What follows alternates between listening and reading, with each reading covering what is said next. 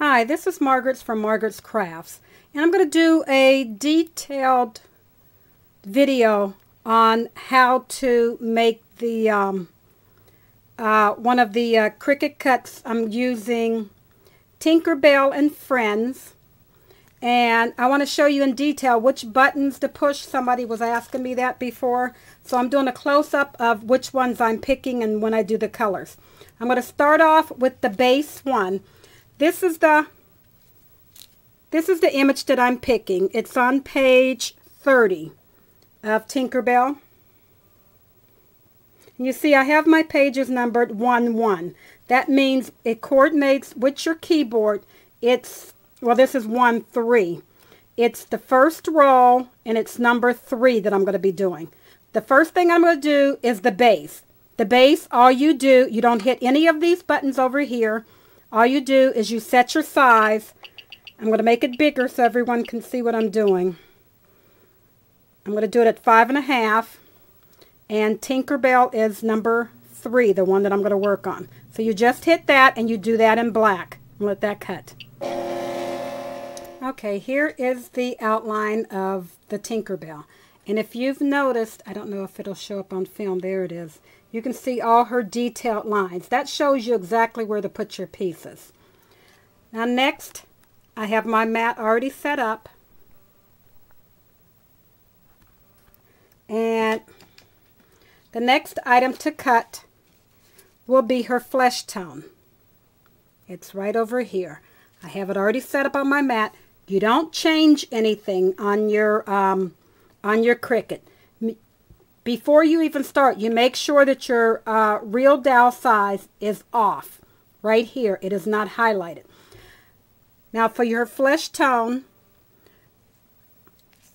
it's under flesh and hair, which is the first layer key. We're going to push it, and you see it's highlighted. I do not need to put the shift button. It's down at the bottom. Then you either hit your tink that you know you're doing, or hit repeat last. With the layer on, repeat last, your flesh tone colors, and cut. Now I'm going to move my blade up to the next color. The next color on the chart here is her hair. You don't have to do these in order, but I'm just doing them in order to show you. This time it's still under flesh and hair, which is the first layer key up here, but this time I'm going to need to push my shift button. So I'm hitting shift, repeat last, or shift in the tink that you want to do, and cut. Okay, now the next one I'm going to do is I'm going to do the wings, the white part. So now we're on white. I'm not doing her wings right now. I'm going to do the upper part, which is the shift and tink.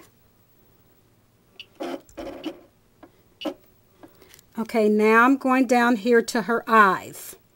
And what her eyes is 1, 2, 3, the fourth one, which is the eyes, lips, and extra. Which is 1, 2, 3, 4, eyes, lips, and extra. I'm going to hit that one. I'm not doing the shift, just hitting tink. Now, the next one I'm going to do is her wings, which is the second one that says wings white. Wings, I'm not hitting the shift key, just tink again. Okay, the next one I'm doing is this extra, which is under eyes, lips, and extra. Eyes, lips, and extra. Highlight that one, and it is the shift key this time, so I'm hitting shift and then tink. Now, the last one I'm doing is the shadow. It says shadow and blackout. So the first one is shadow. So I'm going to hit the shadow. I'm not hitting the shift because I don't want it to be blackout. And then hit the tink. Okay. You see I hit the blackout and shadow button. And then I hit tink. And then I'm hitting cut.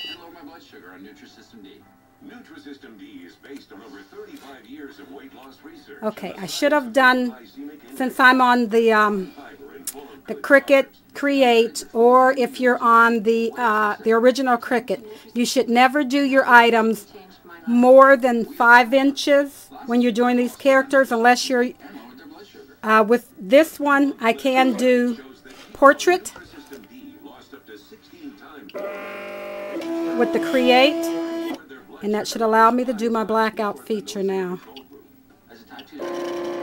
If you're using just your regular Cricut, just the basic Cricut, you should not cut the items larger than 5 inches, because then it won't allow you to do a shadow.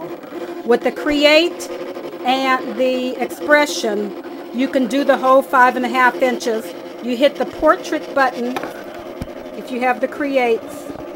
I hit my Portrait button, which allows me to cut my character larger, because now it cuts the length of it instead of the width. Okay, now that I've cut out all my pieces, and I've already dry fitted them to make sure that they fit right, I'm going to start putting my pieces in. I'm going to start off with her flesh, and I think I remembered before in my other video I had showed you that you can use the different glues. This just happens to be one I'm using. You can even use a glue stick, but not the AGT gun, to put these little pieces on. And it already has your lines, so you know exactly where she needs to go. Just put it in her lined area. Put the bigger pieces in first. Remember, do not use a quick drying glue, because you may need to move these pieces around a little bit.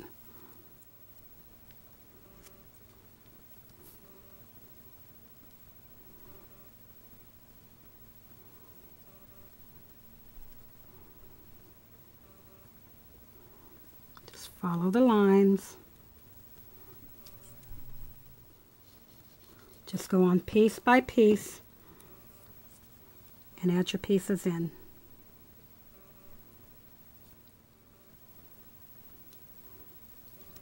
And fit it in.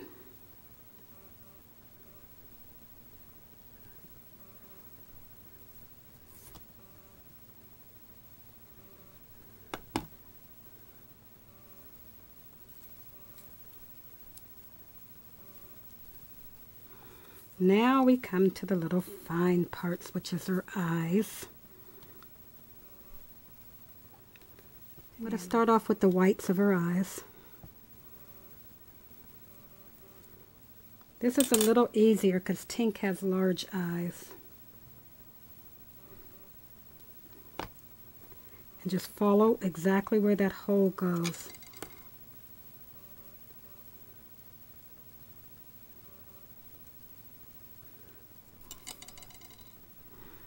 And then you'll see that this goes right over top of it.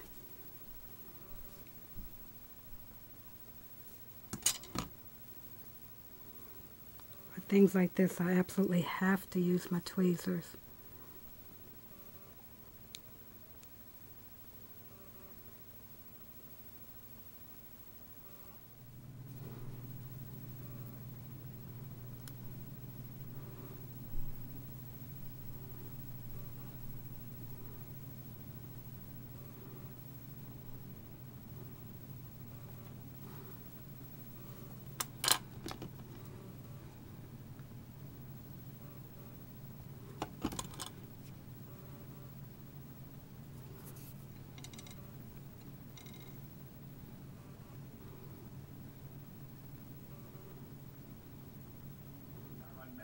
Okay, here's the finished Tink.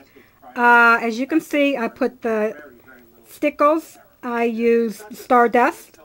Seems appropriate for her.